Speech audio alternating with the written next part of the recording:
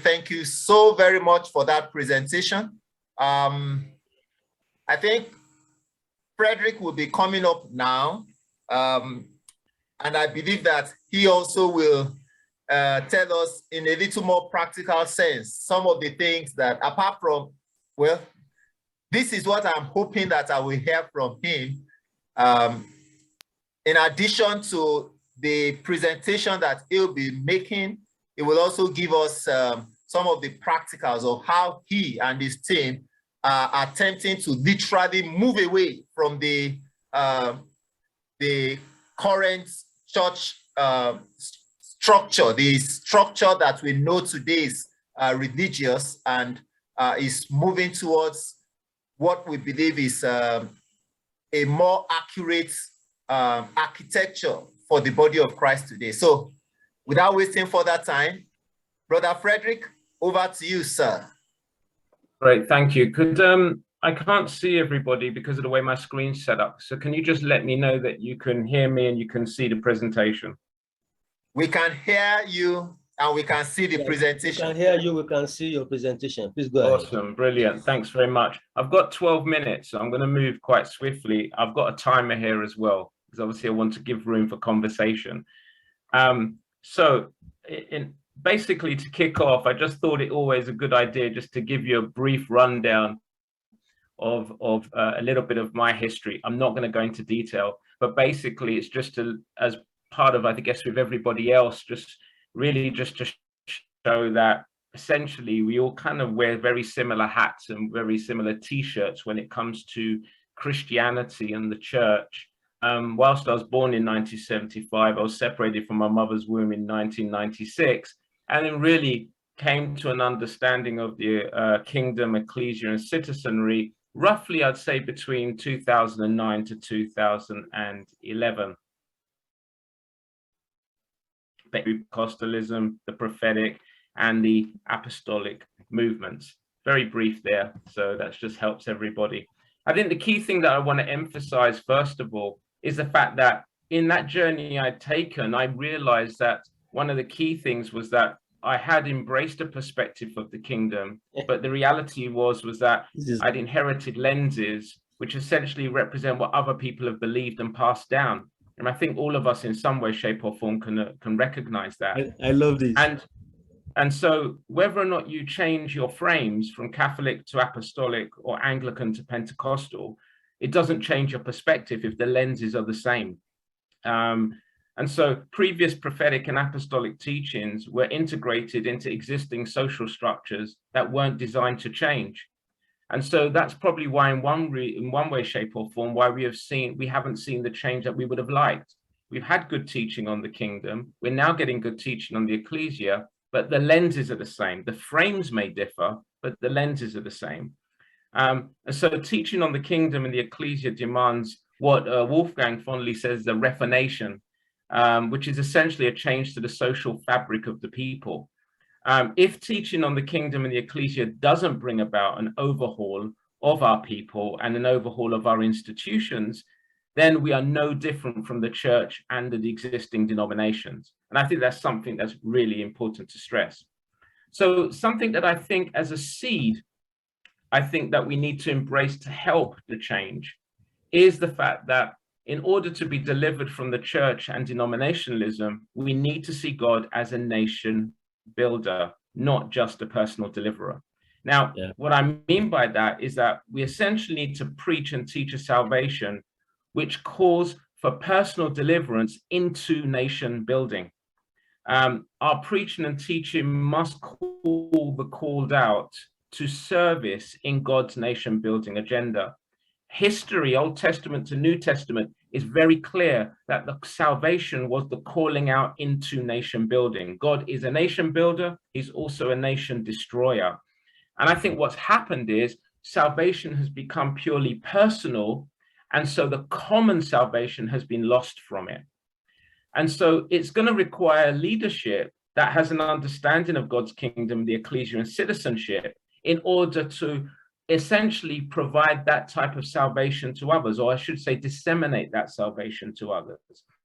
Once we have God as a nation builder, And once that's firmly rooted into our salvation, then our frequency and our perspective will begin to incorporate the common salvation.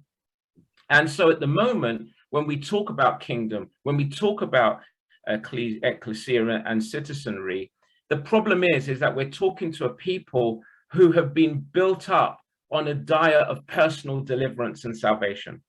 The national agenda of God has not been connected to it.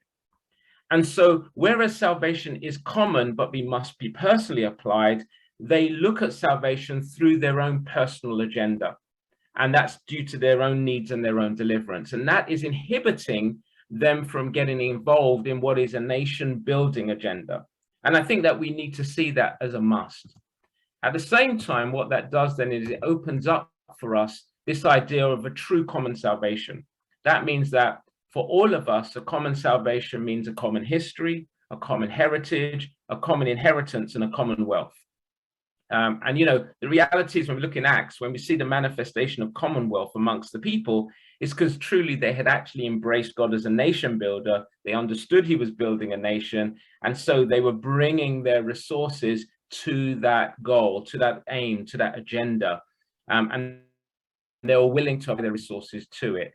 And so for us, we want to see the fruit of this in our experience in our communities, but we're not seeing it simply because it's built on this idea of a personal salvation rather than a common salvation. Now, what happens when you do begin to insert the concept of nation building? In other words, that is that the reason I was saved was to be involved with taking God's nation forward. Well, what happens is we begin to see the gospel as a necessary requirement to transition people out of the kingdoms of the world. We also see a new nation rising out of the ruins of the old nation. I don't really think people see that. I think the Christian on the ground is focused on their personal salvation and focused on their church's agenda, not necessarily focused on seeing a new nation arising out of the ruins of the old world around them. We also, when we begin to introduce nation building into our salvation, we see Christ building something which has to reflect both his divinity and sovereignty. And then what we begin to do is we begin to see the church and denominationalism as temporary structures. I liken them to scaffolding. And scaffolding has its use, but if it's there for too long, it begins to limit the potential of the building that it's around. And in this case, the scaffolding of the church has been limiting the potential of its members. Some members sit in it and try to evolve in it. Other members often, unfortunately, leave it. And in the process of leaving it, they usually, outside of church, outside of community, because they have no other place to really hear God and begin to embrace something that's much bigger than what they're used to. At the same time, when you begin to embrace a nation building concept, you then are forced to develop concepts and models to help people understand the kingdom, ecclesia, and citizenship. You start to realize that you need to put these concepts in place so people can work with them. You also begin to look at creating pathways to actually support people transitioning from membership to citizenship. And more importantly, you begin to replace previous traditions, rituals, and liturgies with more meaningful and purposeful assemblies. And I think that there's something that's really important. If we are here to take God's nation building agenda forward within our generation, then the reason why we assemble needs to be meaningful and purposeful and connected to that.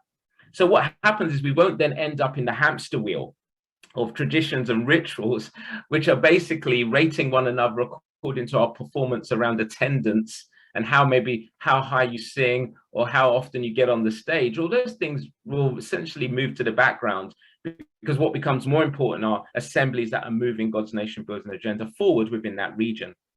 The other one is that we begin to build civic spaces.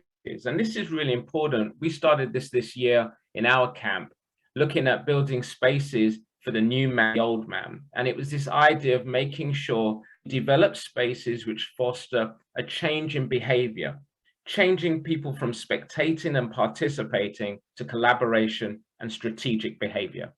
Because as you know, there's an 80-20 principle within the church, where majority of people are actually spectating. They're not participating, or their participating is low, and they're not even collaborating, and then certainly not strategic. So we began to move from looking at how do we develop new civic spaces that engage people with the concept of nationhood and nation building, as well as fostering a higher level of collaboration and strategic engagement.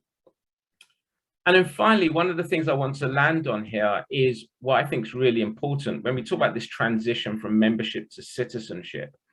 In order to support that, you've got to rewire members, or you've got to rewire those people that you have influence over. And you've got to rewire them from being service orientated to more life orientated. And we put up this presentation as part of helping people to understand what it means to be a good member in the church and what it means to be an active citizenship within the kingdom. An active citizen engages with not a liturgy. They engage with institutions. They engage with the institution of an authority. They engage with the establishment of law. They engage with the institution and administration of government. They engage with the perfection and development of citizenry, and then they engage through resources and good traditions in culture.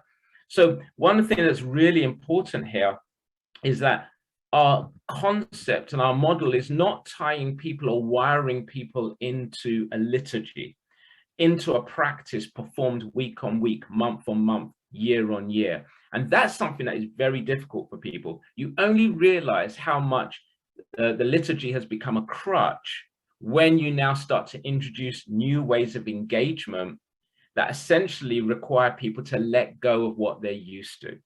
And I think this is where when we talk about the crumbling of churches, as mentioned earlier, we're really talking about the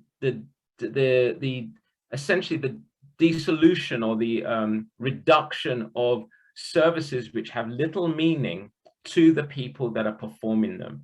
The rituals that have no real life in them, that are essentially a shadow of their former self. So for us, we are saying if you're going to be an active citizen, you've got to engage with a whole new sense of what society is and see that as a productive life. Membership in a church, productivity has its own metrics: attendance, being on stage, preaching regularly, leading worship, giving out tracts, maybe handing out books. All of these metrics which surround the ritual of church really are not coherent with the kingdom, because the metric kingdom are more about how we engage authority, law, government, citizenship, and culture. And we do a whole teaching on this through Discover Kingdom Citizenship and Explore Kingdom Citizenship. And in fact, I've got 20 seconds to go, when you actually read scripture, what bounces out at you through Old and New Testament is much of the metrics that are used to analyze the quality of the citizenry in Israel is all around authority, law, government, citizenship, and culture. Finally, I'll land on this one, which is basically that to drive much of what we're doing, we take the concept of the civic center. The civic center is essentially an entity that exists within a region that its sole purpose is to deliver civic duties and activities through education, through governance, through initiatives, and through community. And so we've found that the civic center model is a model which fits with what we are doing in order to help people embrace a new way of thinking about how we assemble and how we manifest the culture of the kingdom within our region. We're in early days with this at the moment, but we're hoping as we take over the next few years, we're hoping that we will be able to really reflect what we would think to be a more clearer example of what an ecclesia should look like on the ground. So I'll finish up there. I hope I had to do that quite quickly, so I hope that's been helpful.